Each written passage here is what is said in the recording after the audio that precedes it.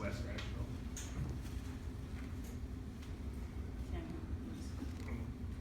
Keith Young, Council Liaison. Larry Cole, Central. James Gurney, Asheville Housing Authority. Allison Scott, Memory Watch. Cliff Johnson, South Asheville. Debbie Applewhite, East Asheville. Mike Lamb, Asheville Police. Okay. First order of business is approval of the minutes of the January 4th meeting. Of any additions or corrections? I move they be accepted as issued. We have a second. A second. All those in favor say aye. Aye. All opposed? Minutes approved. Next item of business is chief of police update. Alright. So, since I would think there are people here that are interested in about what happened with this video, I thought I would go ahead and show it. Not sure which one this is.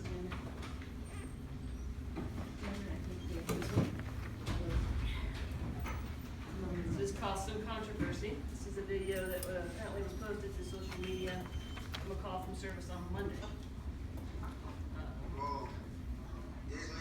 We don't have speakers, but most of you have probably seen it.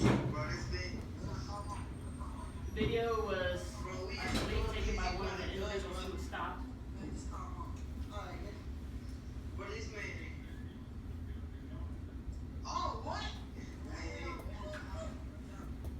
So the question is, why did the officer feel that they needed to deploy a patrol rifle in this particular instance? So what happened is, about 3:09 p.m. in the afternoon, we received a call for service for 3 young high school aged black males walking up Cortland Avenue, and that one of them was waving a gun in the air. Our officers were close by because we have been having some gun violence issues in Klondike, which is close to there, and also in Hillcrest, which is that's where they were located, is kind of in between those two neighborhoods. In Klondike, in January, in a 1-week period, we had 6 calls for service for gunfire in the afternoons by individuals from a dispute that had occurred at Asheville High School.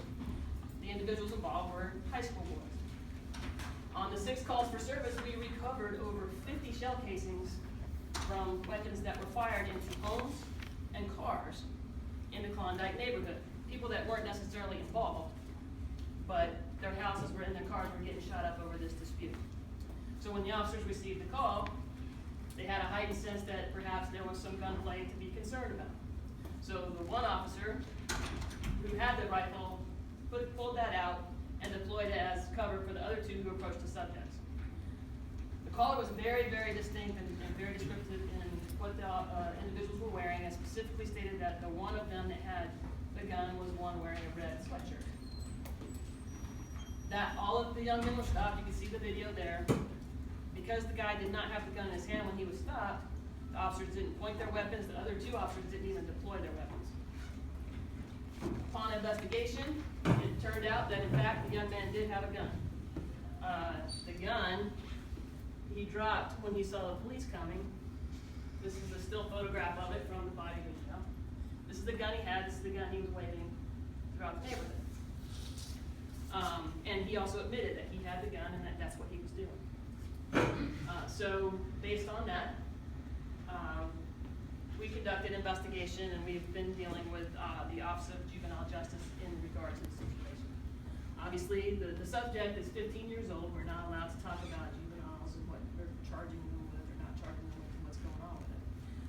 But that's what happened. That's why the officer made the decision that he made. Now, that may or may not be something that you agree with, and I can understand and respect that. But sadly, we are dealing with a great amount of gun violence in our neighborhoods.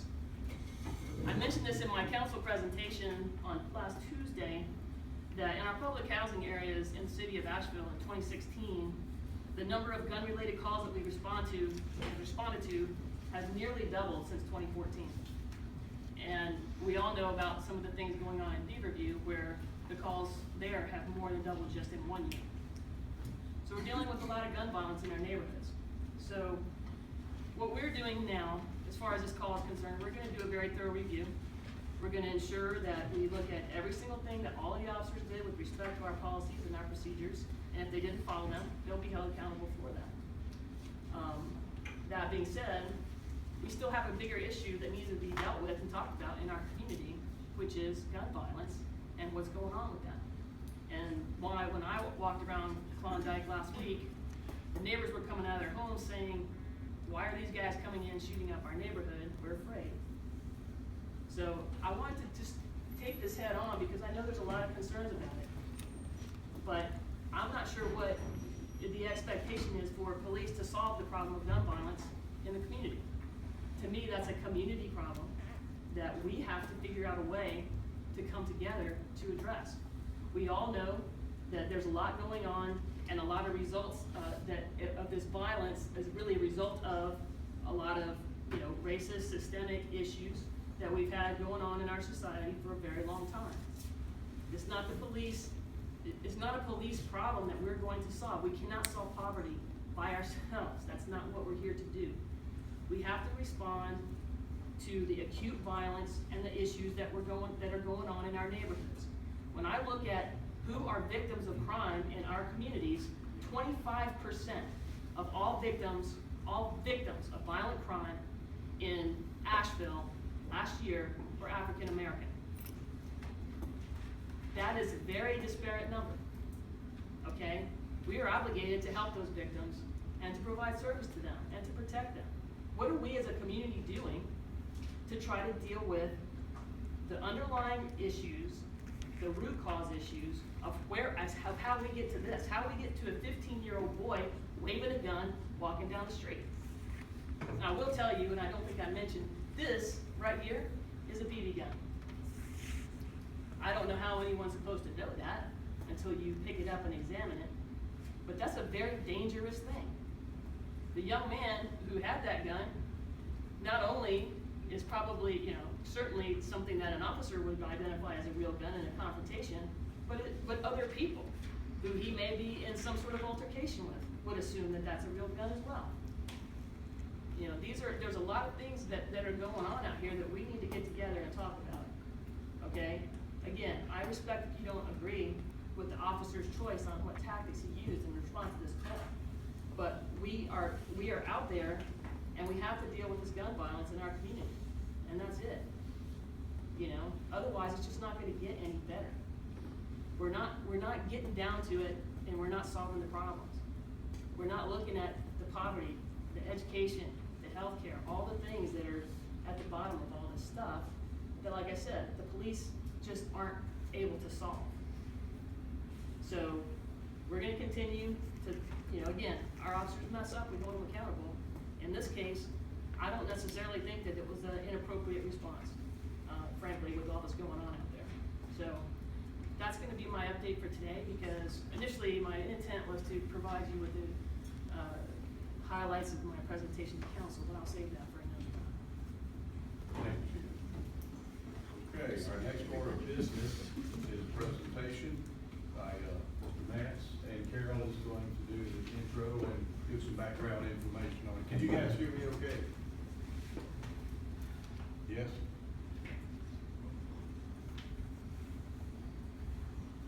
Thank you, and thank you, Chief. I just for myself, really appreciate your coming forward in such a timely way to create some context for what is obviously challenging for the department, for the community, and your call for us to continue to struggle to find ways to work together. So I'm grateful for that. Several months ago, I had the opportunity to attend a newly formed NAACP Criminal Justice Committee meeting that Dee Williams took on to chair. And with the participation of Code for Asheville, the committee took on, in my opinion, a really sincere effort to look at data, to move away from assumptions and speculation, but to look at data with the help of our presenter today, Ian Mance, staff attorney from the Southern Coalition for Social Justice, to examine data as we will learn that the city of Asheville, along with other cities, are mandated to provide to the North Carolina Department of Justice. And because of the pulling of that data and looking specifically at stops, at searches attended to stops, and breakdowns by race, we will see today, I think, a sincere attempt to root us in, again, what are some challenges for the department and for us as engaged community members. I want to acknowledge the effort to do that through the committee, and I want to acknowledge the willingness of Chief Hooper to meet preliminarily to have a look at that data, not to necessarily agree with all of the implications as presented by the working group, but to be part of the discussion. So from my perspective, this is a work in progress. From my perspective, this is not something that we're gonna solve tonight either, but I do believe there's a sincere effort to have some continuing conversations. So it's my hope, Ian, that as you come forward with the particulars about the data, that there will be an opportunity for those for whom this is the first time looking at it, for those of us who perhaps have looked at it in the past, to continue to examine ways that we can build on this initial effort. So I thank the committee, I thank and really thank Chief Hooper as well. I think this is the kind of collaborative work we need to do.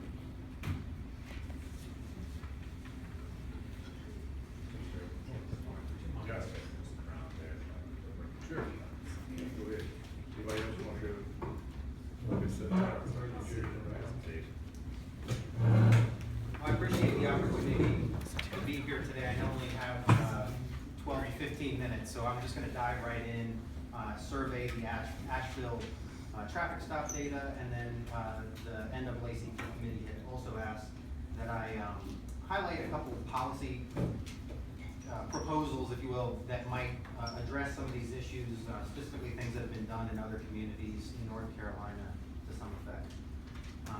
So I work with the Southern Coalition's Open Data Policing Initiative. We work with community groups and police agencies throughout North Carolina that are interested in using this data to improve the quality of policing, and specifically we work to promote racial equity in policing. And we do this making use of this statute, General Statute 143B 903.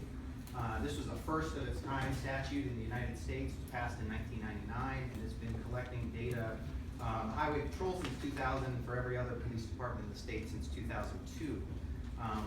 One of the things what's unique about this statute, and really there's only a handful of states where this is possible, is it collects data on both the individual officer and the agency level. So we have created this website, opendatapolicing.com, where you can go and get information on the enforcement patterns of police departments, sheriff's departments, and all individual officers in North Carolina, with the caveat that they have to patrol the jurisdiction of at least 10,000 people. So Asheville, what does the data show? I'm just going to go through some of the slides. If you want to dive into the numbers and get the raw numbers, you can just go onto the Open Data platform and do that. So this graph represents traffic stops in Asheville over the last 15 years. The blue line represents black drivers, the green line white drivers. There's a separate tab if you go on the website for ethnicity. North Carolina categorizes race and ethnicity differently, so we also have a whole separate page for Hispanic, non-Hispanic, if you're interested in getting those numbers. And so what you see here is that black drivers annually generally hover around 20% of the stopped population, which means that they're generally stopped at a rate about 50% higher than their representation in the city population, which I believe is about 13%. This next chart shows searches. So this is the racial breakdown of searches, either of people, of purses, of vehicles, all pursuant to traffic stops in Asheville. So since 2002, you can see that black drivers in Asheville have been more than 100% more likely to be searched than white drivers. And as I'll show you in a minute, this is despite the fact that historically, Asheville has found contraband at higher rates on white drivers than black drivers. Again, African Americans make up about 13% of the city population, and perhaps even less of the driving population, but over the last decade and a half, it represented 32% of those persons who were searched. However, there has been a notable downward trend in searches if the data reporting is accurate. This kind of represents the overall search rate. So this is the percentage of traffic stops that lead to searches. The black line represents the overall city average. To give you some context, the average police officer in North Carolina searches about 3% of people that they stop. So the blue line represents black drivers, the green, white drivers. And as you can see, while those numbers have declined, the racial disparities in terms of the search rate have persisted. And I should add, I mean, I could pull up pretty much any department in the state and you're gonna see racial disparities. I don't mean to suggest that this is at all unique to Asheville. I come from Durham, where our numbers are twice as bad. So just kind of for some context. This chart here, this is kind of an interactive chart. You go on the website, allows you to compare the relative likelihood of a search occurring in between different racial groups. So this one, the default is black versus white. So the way to read this is, on the left side are the reasons that people are stopped, and the bar graphs represent the relative likelihood of a search occurring for a black motorist as compared to a white motorist who is stopped for the same reason. So as you can see, historically, black drivers stopped for a speed limit violation in Asheville have been 230% more likely than white drivers stopped for a speed limit violation to be searched. For seatbelts is 167% more likely. And these are the aggregate numbers since 2002. There's a drop-down menu where it says total there. You can click that, and if you're interested in running the numbers for an individual year, it will adjust for that. We also display and report the contraband hit rate. So this is the percentage of searches that uncovers contraband of some kind. Vast majority of contraband tends to be small amounts of drugs. Occasionally weapons are found. And as you can see, the last 15 years, white drivers have been found with contraband 30% of the time, black drivers 28% of the time. If you look at the statewide numbers, and just kind of look at the data set of the 25 million traffic stops that we have on the site as a whole, you'll see that there's no meaningful statistical difference in the rate at which black and white drivers are found carrying contraband. So, one caveat is that these figures may undercount the actual disparities, because we have done multiple audits in cities around the state and discovered that stops and searches are sometimes not reported to the SBI, which is where we get the data from in public records requests, and as is required by law. So it's really incumbent upon police departments to have internal mechanisms in place to guarantee that all of the data that is required to be reported is in fact being reported. We also know from vehicle registration data that African Americans in North Carolina are significantly less likely than whites to have access to a vehicle. I think the numbers that if I'm right, 85% of white households have access to a vehicle as compared to just over half of black households. African Americans are more likely to utilize public transportation. So you have to keep that in mind when you're calculating the baseline. Our baseline is just residential population, because calculating the actual driving population is very challenging, although we're actually working on trying to come up with a metric for that with some scientists at UNC. So how does Asheville compare to other communities of its size in North Carolina? As I said, it is worse elsewhere. If you look at I tried to look at the 6 cities that are closest in size to Asheville, which is Concord, Gastonia, Greenville, High Point, Jacksonville, and Wilmington. And what you see is that although Asheville has persistent racial stop disparities and search disparities, they are less pronounced than those that exist in those 6 cities of comparable size. That is a good fact. Over the last 5 years, though, as I said, the stop rate for black drivers is about 50% higher than you would expect it to be, all things being equal. And to give you an idea of the raw numbers, which are available on the site, in 2015, Asheville reported just 7,400 traffic stops, which is a much lower number than I was expecting to see when I looked at this data. That compares to Concord's 21,000, and Asheville and Concord, I think, are within about 1,000 people of each other in terms of city population.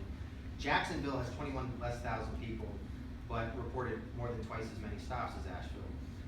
And so this variance in the stop data, as well as the drop in searches, does raise the possibility that not all the data is being reported. The search data is particularly notable. It shows an 83% reduction in searches citywide over the last 5 years. I was not aware of any significant shift in departmental policy, and so when we met with the chief last month, I did flag this and say, you know, I do have concern as to whether or not Asheville PD is actually capturing all of its traffic stops and relaying them to the state. It happens all the time that certain divisions don't report. There's actually a mechanism to report back data. And so she had suggested that there had been an issue related to radar detectors in Asheville that I was not familiar with. And so that might explain some of the drop in stops. And of course, if you're stopping less people, you're searching less people. Whether or not that explains it, I can't really speak to that. I know the chief said she would look into it, and so we're going to just, I think we're awaiting further information on that. One of the things that stood out when I was reviewing the data was consent searches. So there's multiple ways that cars get searched. Either the driver gives permission to the officer to conduct the search, the officer sees something that gives them probable cause to search without the driver's consent, or in some cases they can do a limited protective frisk if they have a reason to believe that they might be in danger. Generally speaking, most chiefs that I've spoken to don't want the majority of their searches to be consent-based searches. And so I did note that Asheville, a very high percentage of their searches were reported as consent searches, 56% over the last 5 years. And again, black drivers make up 40% of the searches annually, and so there's certainly an argument that that sort of consent searches bear more heavily on black drivers. This number meaning the percentage of searches overall that are consent searches is significantly higher than we see in many departments around the state. Last year, just 3% of Fayetteville's traffic-based searches were consent-based. In Durham, it was 13%. Now, both of those have a mandatory written consent policy, which is part of the reason for the difference. But if you look at Concord, which does not have a written consent policy, and the city closest to Asheville in size, just 21% of their searches are consent-based searches. So that is potentially an area for further study. Regulatory and equipment-based stops was another thing that stood out. These seem to disproportionately impact black motorists in Asheville and seem to be one of the drivers of the racial disparities in the stop data. In the last 5 years, 40% of all black drivers who the department stopped were stopped for either an equipment or a regulatory violation. So these are things like crooked license plate, broken taillight, vehicles out of code, not necessarily something that's going to impact public safety or driver safety. And then that compares to 32% for white motorists. So that's one of the reasons that you have these stop disparities, although it certainly doesn't account for all of them. So again, these are challenges that a lot of departments around the state face, and that various city councils have grappled with in recent years. So I put together 3 policy suggestions that might help address some of these issues I flagged. One would be to prohibit or formally deprioritize regulatory and equipment-based stops that we know disproportionately impact black motorists. We've seen police agencies nationwide, particularly in the wake of the Minnesota shooting that was broadcast live last year, which it came out that gentleman had been stopped routinely for low-level regulatory violations. And after that, you saw police chiefs coming forward. NPR did a big feature on police chiefs who were starting to come to the conclusion that those sort of stops just weren't worth the trade-off, that they are the ones that are most likely to spiral out of control. Drivers are most likely to feel those types of stops are unjustified, that they're being harassed. And we know that they're a significant driver of racial stop disparities. And there are ways to deal with regulatory violations, like sending people letters that don't require necessarily pulling them over and interacting with them. Fayetteville and Greensboro both formally deprioritized these stops in recent years, and it has helped make a difference in their stop disparities. And Chapel Hill Town Council just did it as well, kind of working with the chief. And Greensboro, the New York Times had done a story on regulatory stops in Greensboro and how they were a driver of racial stop disparities. Following the article, actually this was the next day after the article ran, the chief there halted these regulatory stops. And as you can see, in the ensuing year, they've had a 10% reduction in the black to white stop disparities since the policy change. Second policy suggestion would be to mandate written consent for all consent-based searches. So all this means is that, and I think the department already has these forms that it's kind of within the officer's discretion whether or not to use it. Most departments, that's their policy, but some departments like Durham and Fayetteville and Chapel Hill and some others require officers, if they're gonna do a consent-based search, to get the driver's consent in writing. So they get a form that says, here is what we would search. You have the right to refuse this search. If you decline to sign the form, we won't search. If you sign it, we will. And there's an option for people to limit the sort of extent of the search. There's a lot of social science research that indicates that black motorists experience much greater social pressure to accede to request a search than white motorists. And so a written consent policy can help normalize the experience between white and black drivers by kind of putting the onus on the officer to let people know that you have rights and those rights will be respected if you should choose to vote. And so this was what happened in Durham. So we had, New York Times also did a story on Durham when they were considering this. They had a very similar issue to Asheville with a high percentage of consent searches. They implemented a consent search policy 2 years ago, and in the last 2 years, we've seen a 74% reduction in consent searches citywide.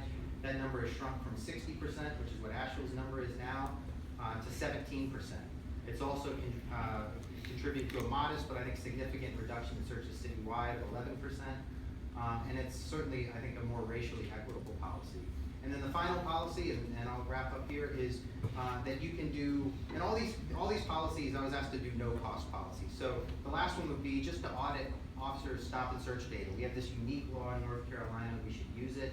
We built this website, we built a feature on this website at that second hyperlink that only works for police chiefs. They can go on there, they can plug in the officer's ID number that they use for reporting purposes, and the chiefs and the officers are the only ones who know those numbers.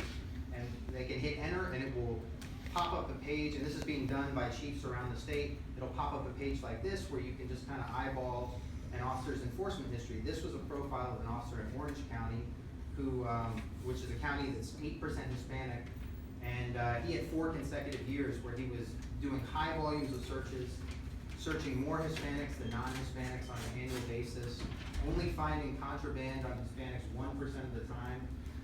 And this went on for years, and it ended up coming to light in the context of a criminal case, a series of criminal cases, all of which got dismissed in court because the prosecutor, when he saw this data, concluded that these officers had been racially profiling. And so you can imagine if the Orange County Sheriff had been using this website to periodically audit the data, they would have had an opportunity to identify this issue earlier on and intervene before it cost them a bunch of dismissed cases. So I know that I've used my time, so I thank you for the opportunity to present. I think my contact information Carol has, and I'd be happy to answer any follow-up questions.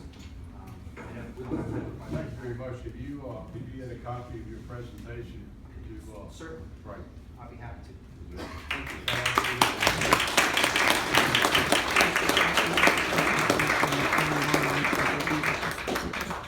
Thank you very much for this information. That's helpful, and we will take this under advisement. Thank you. Okay, next item on the agenda is the 2017 CPAC meeting schedule to include dates and locations of on-site meetings. The chief just set out to everybody one thing that, I don't know who did this, but it was Paul or Alex put this together, or possibly you. But it does show the meeting that certainly here, I think this is working out well for us, the location and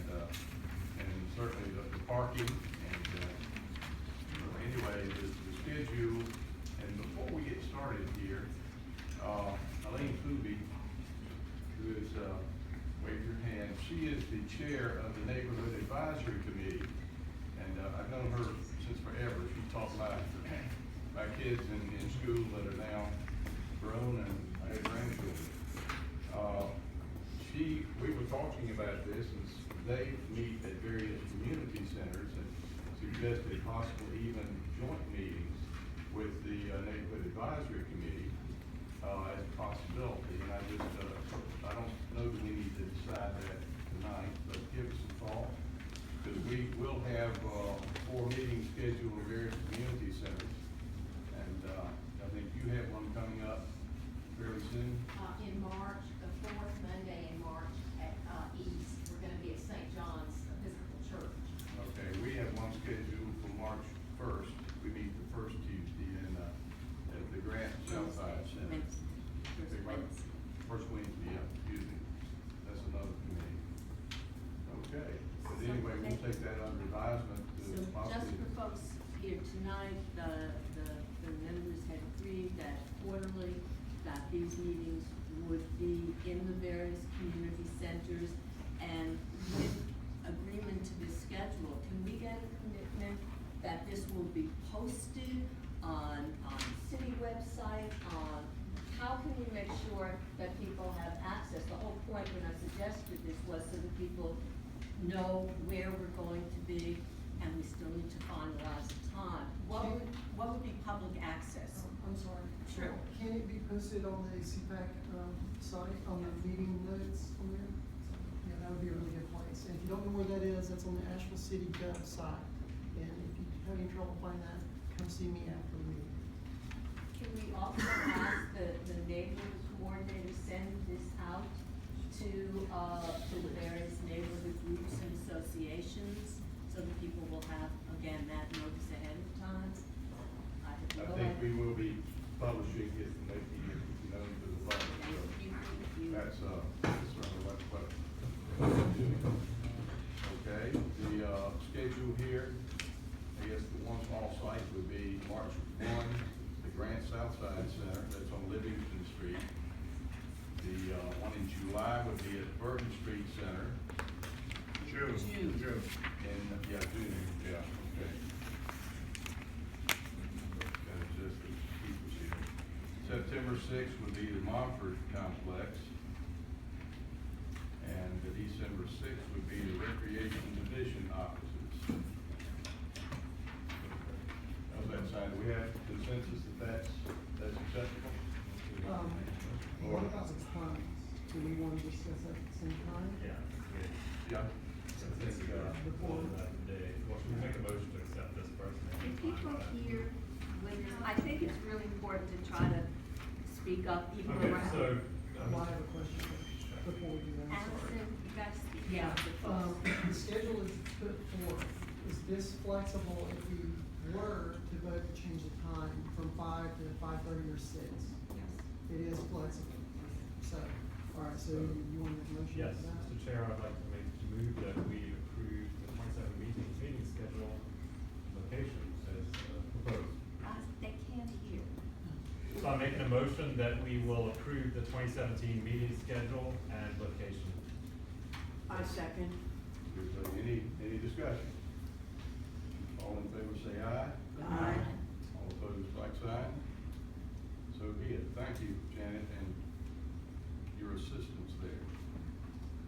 Okay, the question was raised about the time, and the last meeting we talked about that, and I've checked with a number of folks, and several people said it didn't really matter. I think there are at least a couple of members of our committee that it does matter. So do we have a motion as to the time?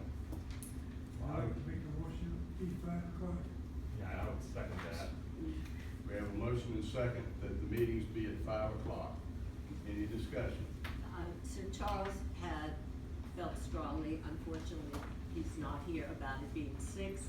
I would just share that I received a lengthy, detailed email from some shift workers talking about a problem if it would be later later because of issues with bus service. So I at least am open to, it seems to me, no matter what we do, we're going to have challenges, and if we can continue to do our best to be accessible and to be receptive to challenges if they come forward, then I'm prepared to support the motion. Any further discussion? All in favor of meeting time at 5 o'clock, please signify by saying aye. Aye.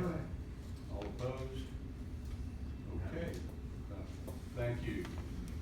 And that would be, at the, community centers as well? Yes. Okay, all right. Good.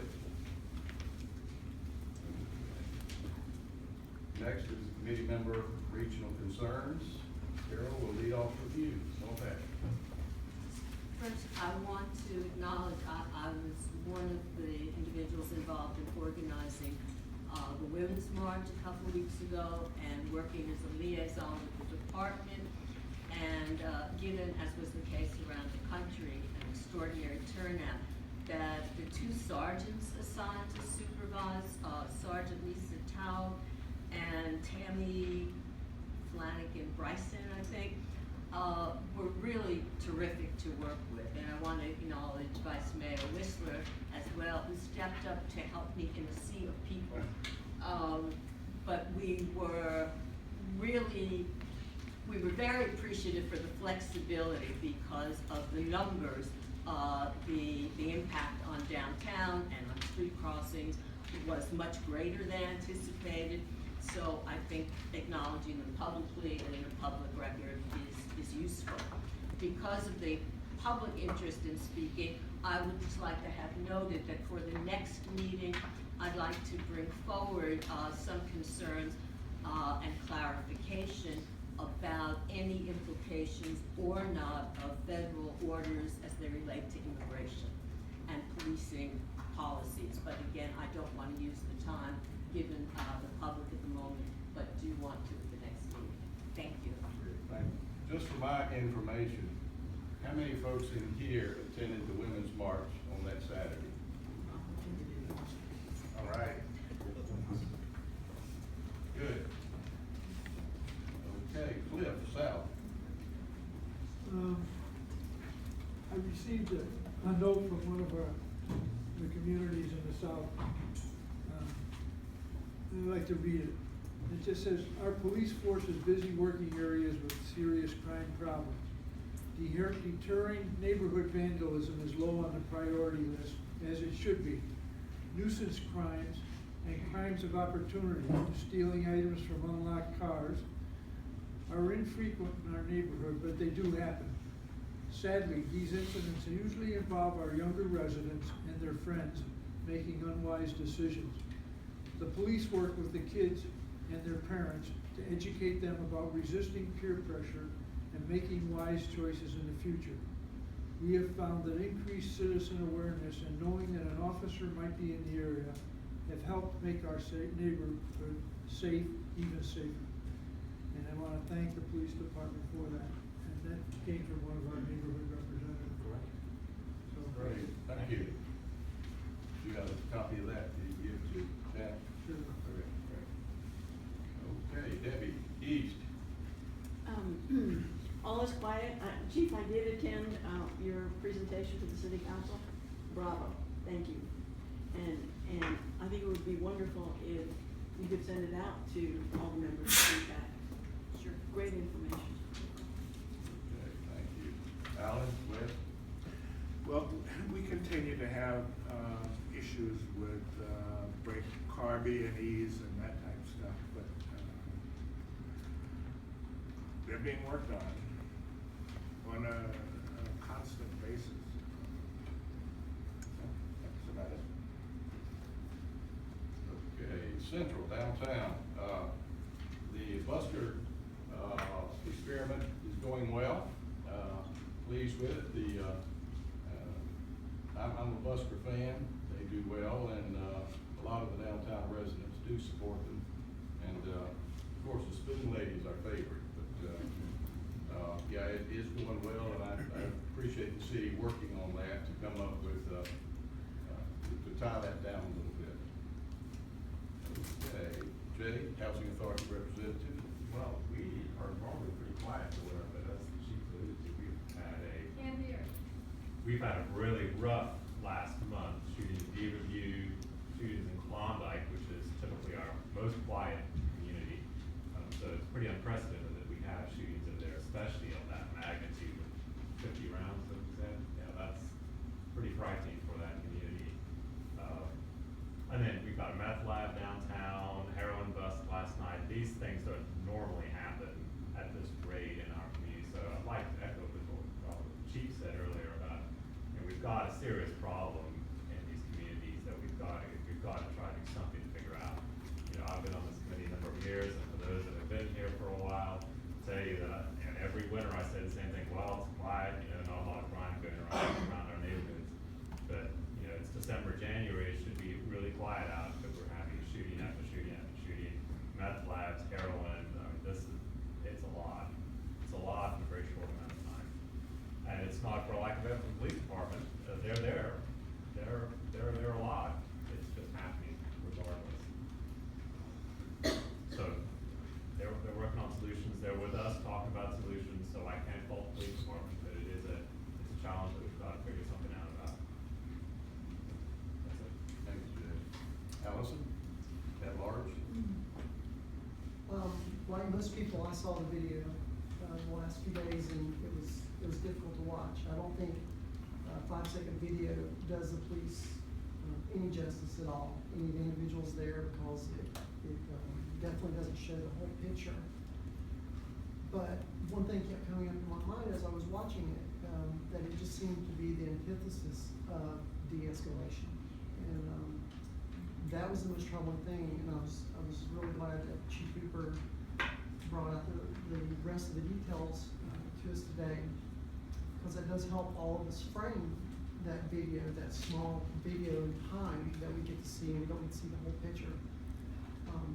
But I just keep coming back to that de-escalation, that word keeps popping back up, and we keep going back to that, we keep going back to over-policing. And I'm not saying that we are over-policing, or by applying that, I'm just saying that from a perspective of a lot of community members that I've seen and talked to and heard from, they see 3 young men doing something they shouldn't do. I don't think there's anyone in this room that would say it was okay for 3 young men to be walking around holding any type of a weapon, perceived or real, as okay. But when 3 armed officers show up and one of them carrying an assault rifle, it seems hard for me to go to a place of that being a de-escalation. And I think a lot of people see that same thing. And it's not a criticism, I'm not criticizing police or use of force policies. I can imagine what police officers do in their roles. I have friends on the police force, and I respect all of them every day in the choices they make. I hope none of us ever have to make in this room. But at the same time, the citizens, when they see things like this, that's where you keep hearing over-policing complaints. Is from a person's view on the other side of the police force, it can seem like over-policing and not going towards methods of de-escalation. So I wanted to say that because that's what I'm hearing from people and that I've talked to. And thank you, Chief Cooper, for talking about earlier and bringing it up. I think that really, that's great that you just bring that out because you knew it was a problem and you're not going to let us keep it over the road, and I think people appreciate that. Thank you, Allison.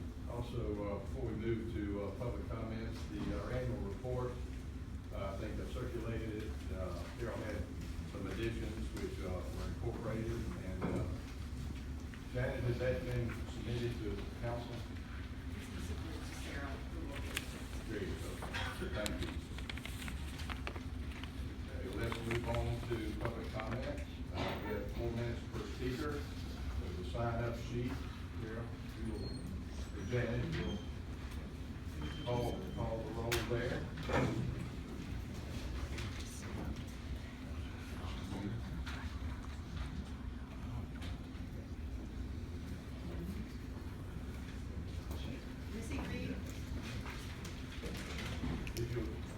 name and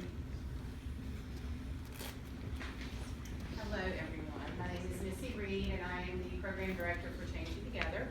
I feel like a broken record standing up here every month, but I'm gonna just take a few minutes to talk again about what I'm always talking about, which is violence reduction. And I heard it tonight as the chief talked about the video. I heard Allison just referring to it. I've been doing this work for 6 years, trying to work with the community to reduce violence. And our case managers work with the most violent members of our community, the folks who have committed the crimes where people have died, where people have been sexually assaulted, where there have been violent assaults that people did not recover fully from. And the one thing I can tell you, when all our clients are willing to be completely open with me, is that they, as a younger person, did not have support like they needed. And what my goal at Changing Together has always been is for us as a community, regardless of neighborhood, to come together and work together. Now, not being a person of color, I have to respect that my experience is different than the experiences of many of the folks in this room. And I don't want to pretend to understand that because I don't. But what I do understand is that I am passionate about being a solution-focused representative. Carol, I'm going to borrow a phrase you use tonight, and I hope it's okay, reciprocal accountability. I want to be held accountable for what we do at Changing Together. When we first started doing it, it wasn't the most transparent policy, or the most transparent, I don't want to say the most transparent program, but the way we did it wasn't completely transparent. The community was not involved on every level. And when I came on board, I changed that. And it's only through transparency that we can really make the changes that need to happen. But in that transparency, we have to be willing to love each other enough as a community to hold each other accountable, whether we're a police officer or community member. And I just, again, want to stand up here and say that Changing Together is interested in change. And my staff is all here tonight on the back row. If anybody wants to talk to us, there's a Stop the Violence meeting tomorrow at 11. I won't pretend to have any of the answers, but I'm so interested in talking about solutions. Thank you. would your staff members stand up so Yes. we can see who you are? Paul Schultz is our violent offender case management manager, Jackie Latek is our executive director, and Tim Swain is our domestic violence case manager, I know they got. and former APD. Thank you. Very good, thank you, Missy, and keep up the good work, let us know what we can do to help. Okay. Okay. Michael Beach, did you want to speak? Hi, Michael Beach from Oakley.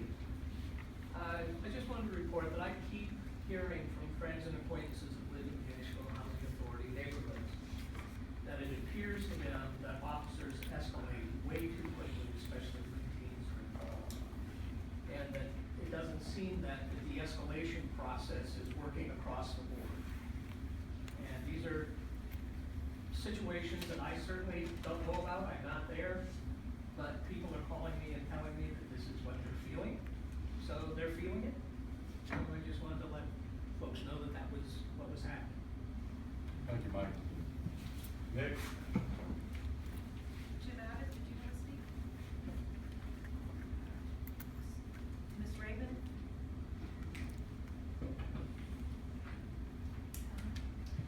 My name is Sabrina Raven, but I'm speaking now on behalf of Bella Jackson, who couldn't be here today. Her statement reads as follows. I want to respond to recent rhetoric that casts BLM concerned Asheville residents as being anti-police. Nobody wants to hate police. It's not a fun hobby to organize marches and petitions and beg for our humanity. Police are everywhere, and it would be truly wonderful to feel safe when I saw them, to earnestly feel like they are there to protect and serve me as a community member. But reality won't allow me to, and instead I feel fear.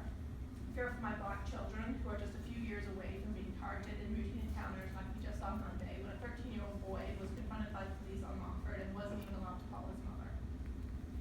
My sons know this fear. Our eldest son was just 6 when he came home from school to see 5 grown white male APD officers piled on top of our tiny 13-year-old neighbor who could not have weighed 100 pounds. That night, as we tucked him into bed, he mused aloud, "When the police shoot me, I hope it's not in the head. Maybe in the leg, because I could get a new one." We don't want to hate police. But I also cannot shake the fear for my husband, that he might not return home one day despite that he's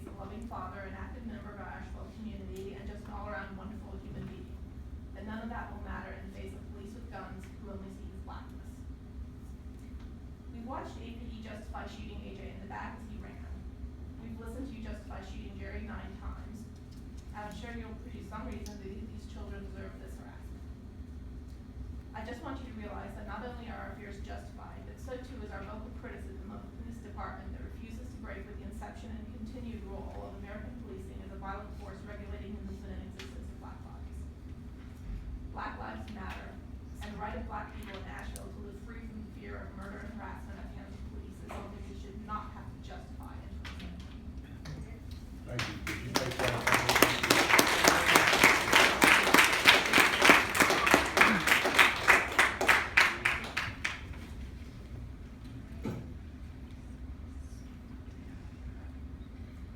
Javelin Duncan, please. Can we move past Ms. Duncan for a second? We're gonna reserve comment for Ms. Duncan. We got some people gonna speak on behalf. Right. Dee Williams?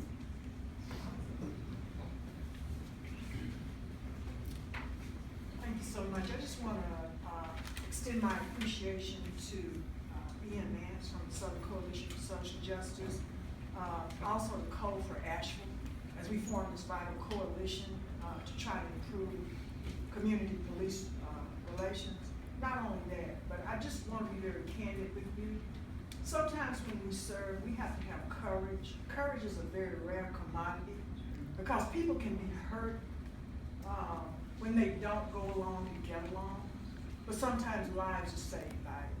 And I just want to say that I've seen a lot of people suffer for just looking the way that I do. Let me also say that we got a lot of work with our police department. Let me say this, I'm not afraid to say that the police department belongs to all of us. And we're gonna work until people feel safe who look like me when they encounter a police officer. That de-escalation is vital, and that the verbal part of that video footage was not heard. Words mean so much, they really do. And if we can't de-escalate a situation verbally, there are a lot of people who are going to die as a result of it, and when the situation escalates.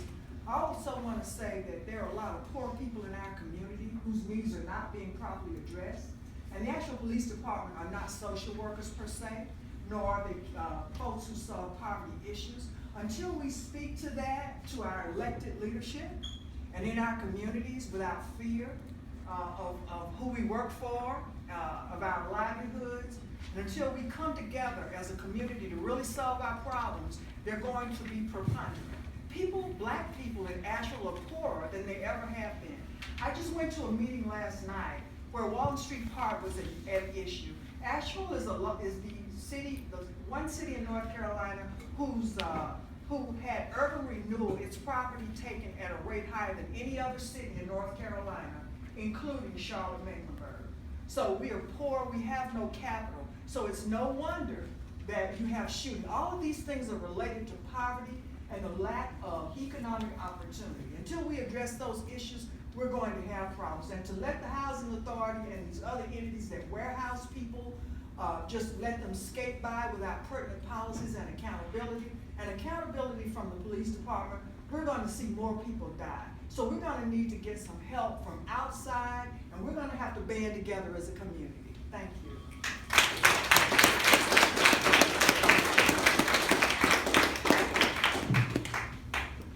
Thank you, Dee.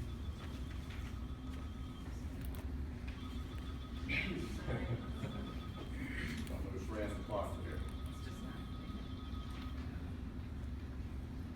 All right, Dolores, please.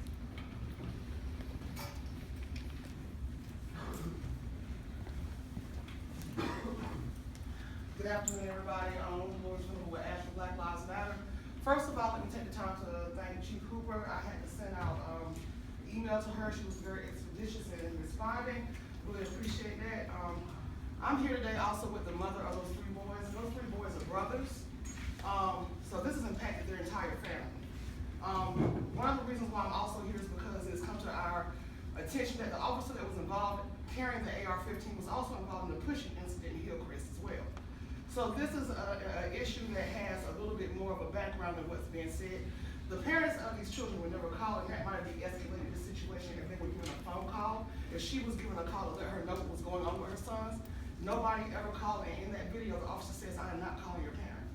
So that's what we're talking about as far as sound bites. So that is a part of de-escalation. We all need to take responsibility for our parts in this. And as Dee said, we do have a poverty issue. And this is not a rich family. If they were rich, we wouldn't be here right now. This is a poor family. They have economic issues as well. And we do need to face this as a community at whole. This is an issue that has plagued us for more years than not, and it has come to a boiling point and a head. So if Asheville does not step ahead of this curve, we're gonna fall so far behind, we're never gonna get out of it.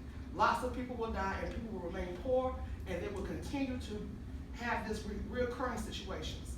So what I'm doing today is I'm coming here to ask us as a city at large, can we not all come to this bargaining table and figure out how to help our people? Because when black people suffer, y'all will suffer too. It's just that simple.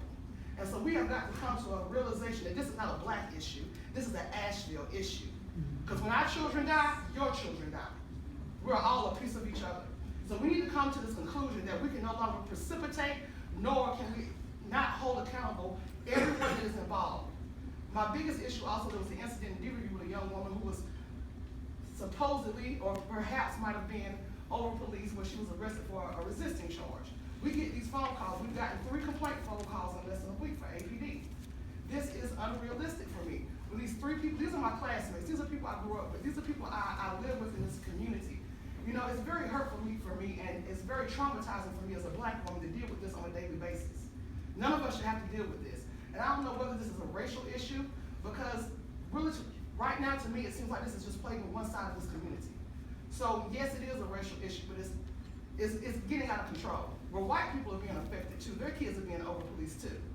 So just know that when the chickens come home to roost, everything is gonna hatch, and y'all are not gonna be able to control it. So we need to get ahead of this as a city right now, today. We need to make a commitment. We need our city leadership, we need the police, we need every entity and community organizers. We have got to have this. Because if not, one death last summer might be 10 this summer.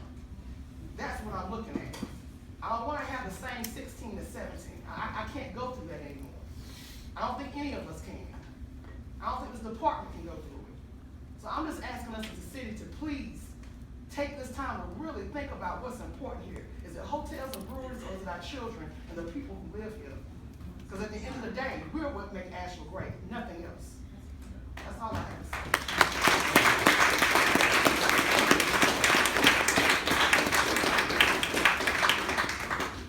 Thank you.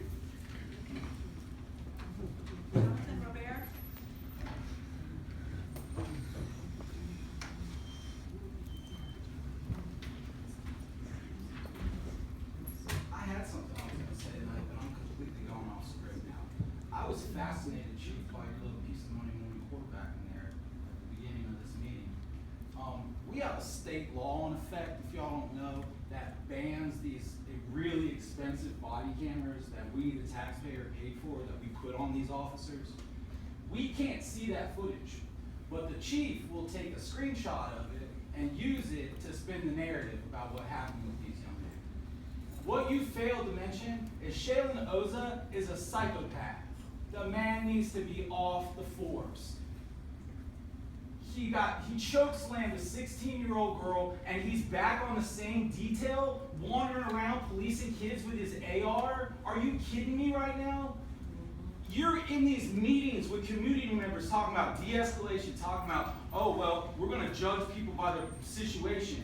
Like, we'll treat them like children when they're children. Man, I ran around with BB guns my whole childhood, my entire childhood. I never had a cop draw an AR-15 on me because of it. And even if that is what happened, there's no de-escalation that happened. This officer is putting egg all over your face. By their continued actions, they are running contrary to all of this stuff that you're telling the community about how you want to change the use of force policy. I suggest you fire Officer Oza.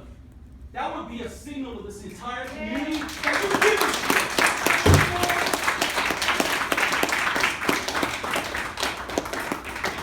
Thank you, Mr. Robert.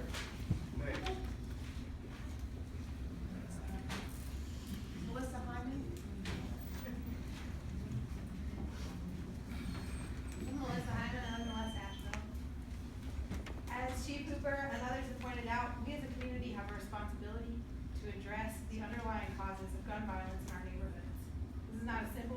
solve problem, as we know. And I understand that confronting it may cause significant tension and stress for officers. Hold on.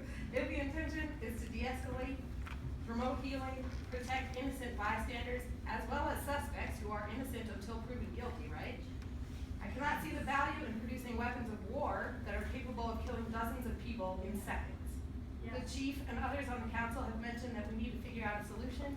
I humbly submit that my gun is bigger than your gun is no solution and no way to de-escalate.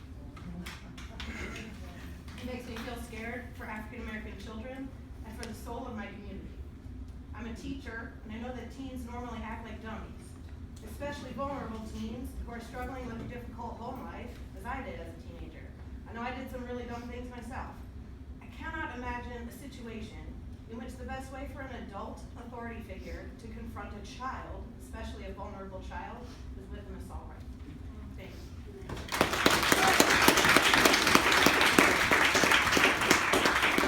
Would you like to pass your notes in, or? Sure, I'm gonna scribble on this. Thank you. Next. Michael Crennan. Hello, my name is Michael Crennan.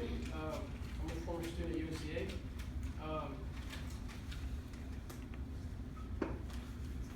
I'm here to speak on behalf of the many, many children and young people in this community. And first of all, if we're going to be politically correct, let's talk about the fact that guns exist in the whole city, not just in the projects. Instead of singling out the poverty areas, we should be focusing on rehabilitating those areas. That's where everyone goes wrong. And pertaining to this video, the gentleman said back there, I agree with him. Officer Shayla Noza is a very dangerous, unstable individual in a uniform. He wears the same patch as you do, so that represents you as a chief. It's an awfully good thing that Officer Shayla Noza is not a school resource officer. And to be honest with you, most people wouldn't complain to your department because number one, your system sucks. Sorry, but it's true. A auto reply email after filing a complaint doesn't help. Officer Oza has been seen on national television shoving a 16-year-old girl, and now I have friends that live in Washington, D.C. that saw Officer Oza on Facebook today. I have started a petition that we started about 12 hours ago, and I just got an email that we have 511 signatures on it. I have called the Attorney General's office to look into Mr. Oza's situation. I have called the Governor's office to look into the department situation with Mr. Oza. And I have sent an email to the Mayor's office. And I also have sent an email to the Buncombe County Board of Education as well as the Asheville School District, warning them about the dangers that Mr. Oza proposes to the children. And I want to remind everyone, just for the record, that it is not illegal to film the police. Much to what you hear from the police like to remind people that it is illegal. It is not. I encourage everybody to film the police, because it's important for the general public to know what's going on.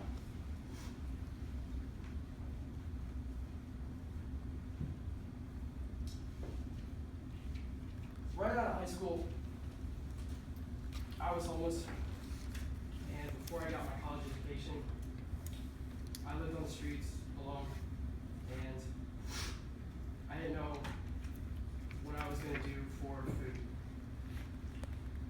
And I would sit on city benches every night. And one night, an officer came to me to hand me $5 to go get a sandwich. That was 5 years ago. I can't say one good thing about your department anymore. Facebook, Instagram, and Twitter all look good when we've got all those pictures of officers reading to children. Because everybody looks good on Facebook, right? I'm not saying that your department is bad. I'm not. Because your department does amazing work. I do security consulting with different organizations around the community. And I have the uttermost respect for a lot of your officers. But do you think that the conduct of Officer Oza reflects your department well? Reflects us as the city very well. I think it's time to do some serious reevaluating. And not just with him, with the conduct of every officer, because the word professionalism needs to get taken off of the department's logo, if that's the case. Integrity should go too. And most people my age would be so afraid to get up here in fear of retribution. That's why a lot of younger kids don't want to get up here and tell what happened. Oh, an officer harassed me today, an officer bullied me. Three young boys, I'm not condoning anything, but 3 young boys, one carrying a gun. You need to wrap it up. Yes, sir. You need to wrap it up. There could be a black, it's an open carry state, there could be a black man carrying a pistol on his hip, and he's not gonna get stopped. So, Thank you for your just wanna say comments. thank you.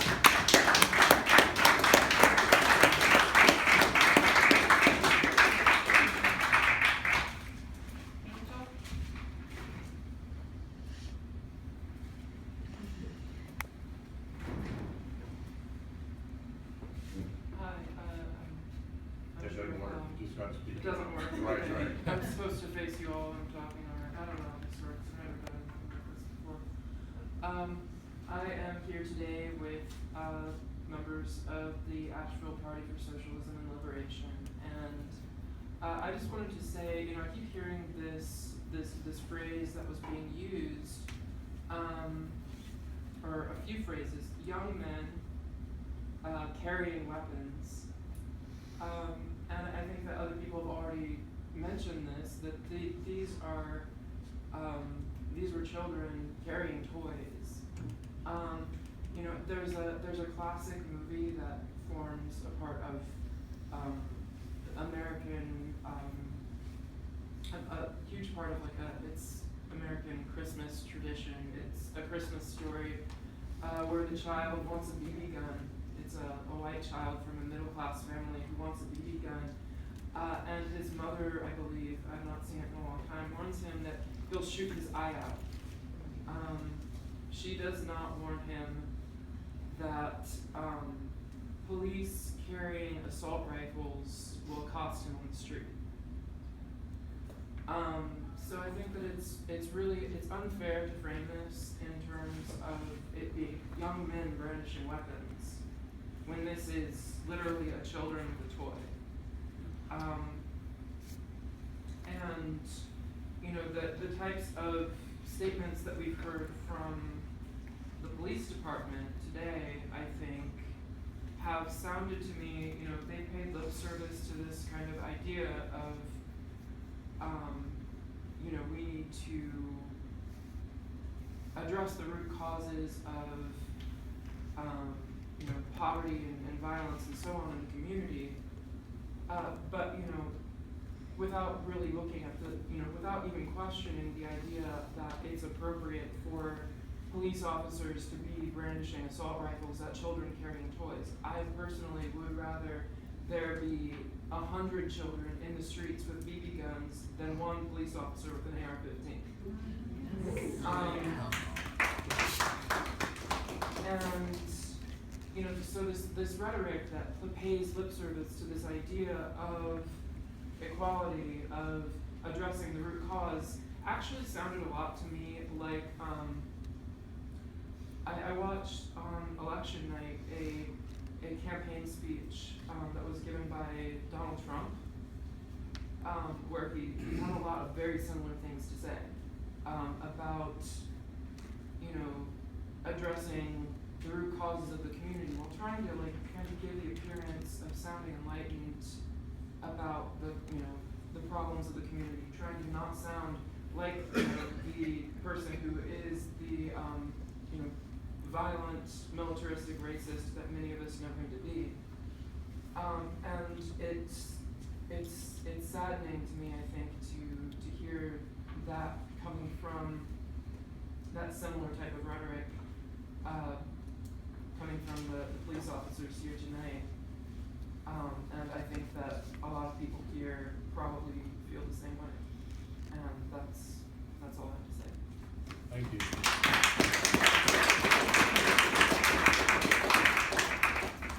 Calvin?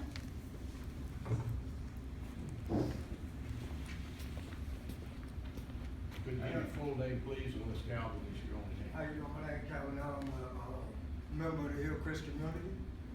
And this whole thing about Officer Oza, when I seen this video, 6 days before that, I seen the same man with the same gun right in front of my apartment over a girl walking around with a knife. So you telling me an AR-15 is the appropriate weapon for a girl with a knife?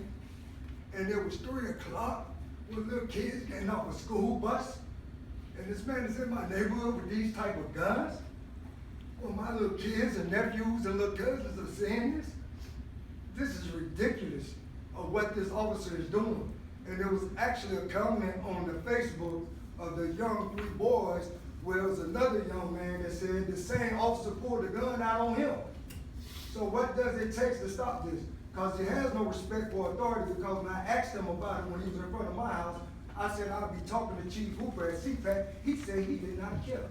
So if he don't have no authority and respect for his chief, he don't care about nobody in this community.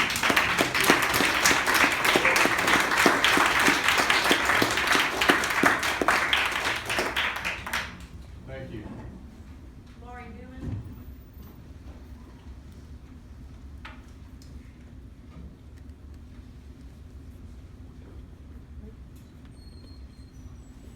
Hi, my name is Lori Newman.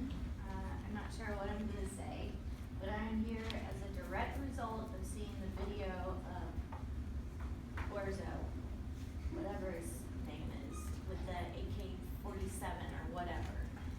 What in the world is he doing with that type of gun with these children? In my city where I live and have a son, it's completely unacceptable. It's horrific. What does this mean? What will this lead to? I have my own business, I have employees, and if anyone behaved inappropriately, I'm responsible for that, and they're out. This is completely unacceptable. I will be at every single meeting that happens after this.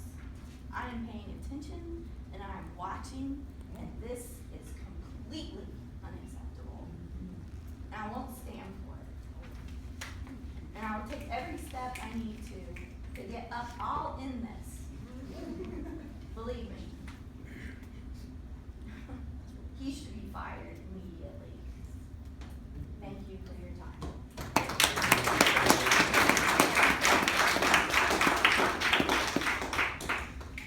Matt Shepherd?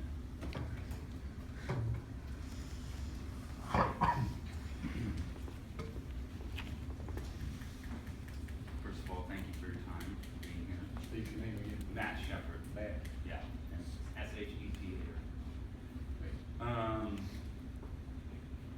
I remember very distinctly when I was a boy having assembly at school, and the police came to the assembly and did some kind of presentation, talked about being a police officer. I remember looking up with admiration at what the officer did. And of course, as a little kid, you see like movies, you see all the crazy stuff that goes on. And this thing that was burned in my brain still to this day, and I was sitting right up near the front and saw him up on the stage saying, being a police officer isn't like what you see in the movies. We don't run around and pull our guns out the first thing. It's the absolute last thing we do. We never want to have that happen. And somewhere along the way, that's when I was like, I don't know, somewhere between 5 and 9, I was in grade school, probably more like 6, probably first grade. Now I'm 37 years old, and somewhere along the way, we see all over that that's changed. You know, if training's changed, like what's going on to this mentality of like, and especially with black people, kids, men, people of color, it's like treated like, I like watch this stuff and it's like, is this in a war zone? Some occupied territory where our military is, going around being like what are these, black kids of the Taliban and we're in Afghanistan? Like, I don't know when that changed or why it changed, but it pains me and it hurts me, and many people have gotten up here and voiced all these things. You know, I was a boy and I had my own little anger issues, and I was probably 9 years old, this is back in the 80s, and this is me following stupid friends and not knowing better. They were throwing dirt, rocks to the sky, planting flowers across the street of my school. I'm like horrified to think about it now. And they called the police on us, and the police came, and we ran away, and they chased us down the alley, and like apprehended us and talked to us. There was no guns, and I'm white, and so were my friends. And back then, who knows, the state of things might have been different. But I had no worries about that. And these kids have to deal with so much more. And furthermore, it pains me to we look at our society and we see these peoples and these populations that have traditionally been oppressed, have been dehumanized, that are told that you're less than, from this specifically black people in our country. From the moment they were brought here, they were slaves. And that doesn't happen without the pretense of less than human. So either people were convincing themselves that were true, or they lacked any amount of empathy whatsoever to look at another human being and not see their humanity. And then we go all these steps along the way. Okay, you're not slaves anymore. You have this, but you know, you're criminals, you're rapists, you're all these things. Emmett Till, someone like all this stuff that keeps on going. And then the result of all of this trauma that's passed down and passed down and passed down, it has an effect on people. And I know the police have to deal with trauma too. And the people in these communities have trauma. I have my own trauma. We get triggered. There's a lot going on. It's a big mess, and there's no easy solution. But I just want us to think about all these things. And like when you're in a toxic relationship, maybe some of us have been, I know I have, what ends up happening to the person in the victim of the toxic behavior, your own belief in yourself changes, your own behaviors change, and then what ends up happening, and society does this, it blames people for their behaviors, and we are responsible for the behaviors that are a result of the trauma that has been inflicted upon them. And we do that systemically. And I just want us to think about that and think of how we can do better. So, thank you.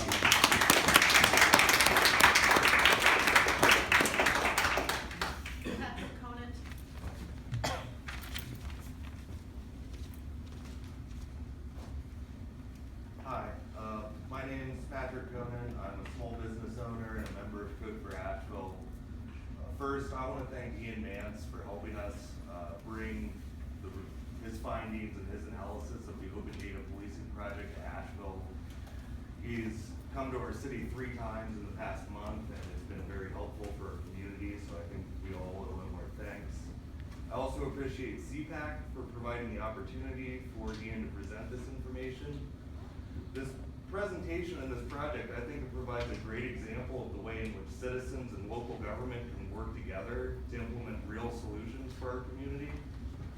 Cities such as Durham, Chapel Hill, and Fayetteville are already utilizing this information, and they've seen success implementing these policy recommendations to improve the efficiency and the equity of their policing efforts. I think it is critically important that APD provide a definitive answer to the cause of the significant drop in stops and searches. As a member of the public, I would like to know that all of the required information is being reported, and an explanation for the drops and stops and searches over the past 5 years would provide important context to this data.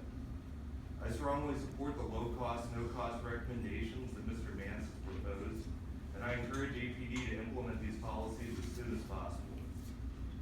These are common sense strategies that have worked in other cities in North Carolina. Let's put them in action in Asheville as well. Finally, as APD is an open data city, I would also like to encourage APD to take the next step with this data and release the geographic location of traffic stops. This would allow citizens to analyze this data at the neighborhood level, and it would provide a more complete view of traffic stop trends in the city. Thank you.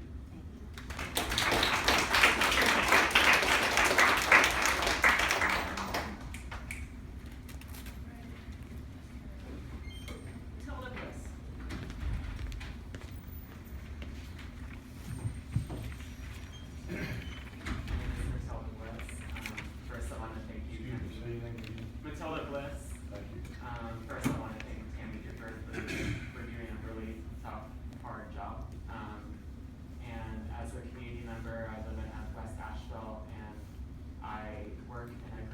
for adults with developmental disabilities, and the disabled black male is highly more likely than any other groups. It's very likely, I'm not gonna go exactly like percentages, but it's very likely to be killed by police. And so as someone who works in that setting and helps 3 black male clients out of the 6 people living in the house, I would ask that because of his aggressive actions, that Officer Oza be fired.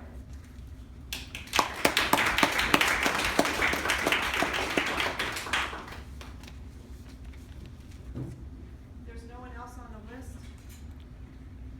Can I speak? Yes. Sorry. Hi, my name is Jackie Latek from the Spark Foundation. Just sitting here listening to everybody, there's a lot of conflict and tension, and yet I believe we all have the same agenda. I'm hearing that we all want to address violence. We all want to address our poverty issues in this city. We know that there are things to be done, and I heard a lot of people very early on say, we need to come together as a city to do that, and I couldn't agree more with that statement. Unfortunately, within all that passion, I feel like I heard a lot of disrespect to this group sitting in front of me, and I'm not okay with that. Your passion is heard, but the way that you speak to people affects whether we're gonna continue to listen to you. And I encourage this group to potentially set some ground rules before this public session begins, to remind us all that y'all have earned our respect by the positions that you hold in our city. And everybody's doing a lot of work out there in the community, and I applaud the work that everyone's doing. But respect is going to be what brings us together, and that disrespect is continuing to rip us apart. So what is our agenda? Let's focus there. We are not always gonna agree on how to get there, but we need to pay attention to that. I would also say that part of our role in this community and the criminal justice work that we do, we work very closely with the police department. And so when people ask what the police are doing about things happening, I can tell you that I know directly that they work with our agency very closely, very collaboratively, to work on the very issues we're here discussing. You're not gonna have our chief stand up and tell you all the great things they're doing with us, so let me be the one to do that. And part of what Missy has done month after month is to share that with you, so reminders that some of our work with the police department results in recidivism rates for violent crimes much lower than what our national average is. National average for violent crime, that recidivism rate is 62%. Those are the amounts of people that are re-offending. What it is in here in Buncombe County is 15% over the last 6 years. So I appreciate my police department for working with us on that. We're gonna continue to do the work. We have other opportunities and conversations that we are actively engaged in right now with our police department and all sorts of providers, our housing department and other service providers, in order to continue to do that work. So if any of you out there wanna have conversations, have ideas, you think I need to know more about your perspectives, I'm here to listen.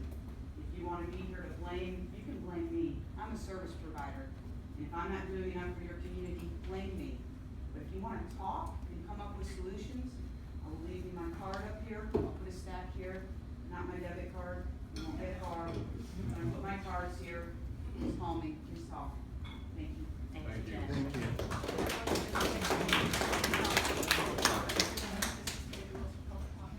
I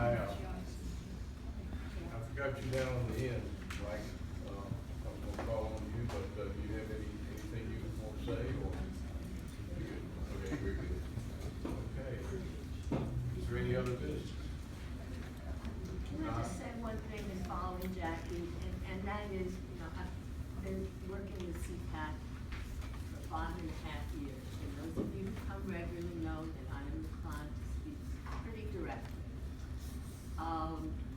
In that 5.5 years, 3 police chiefs, black and white, male and female, gay and straight.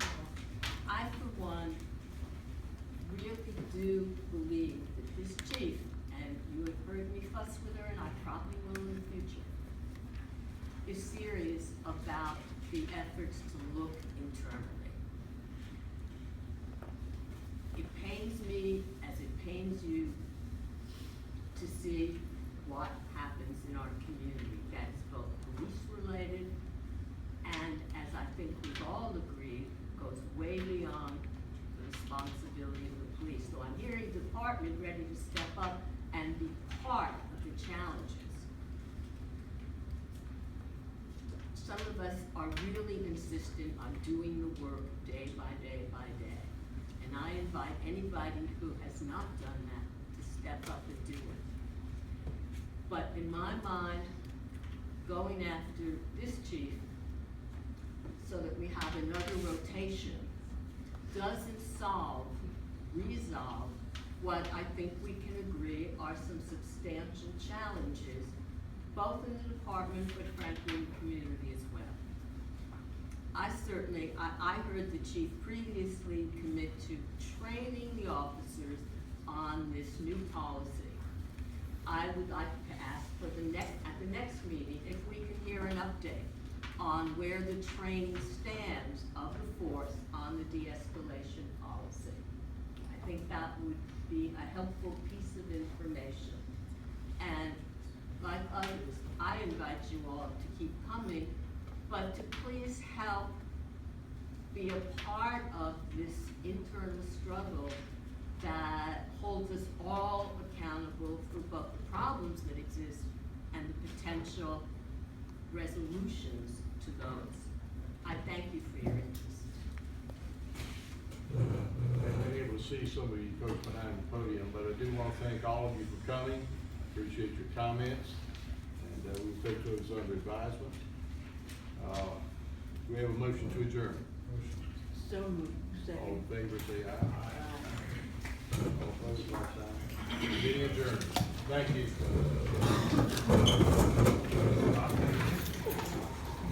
you.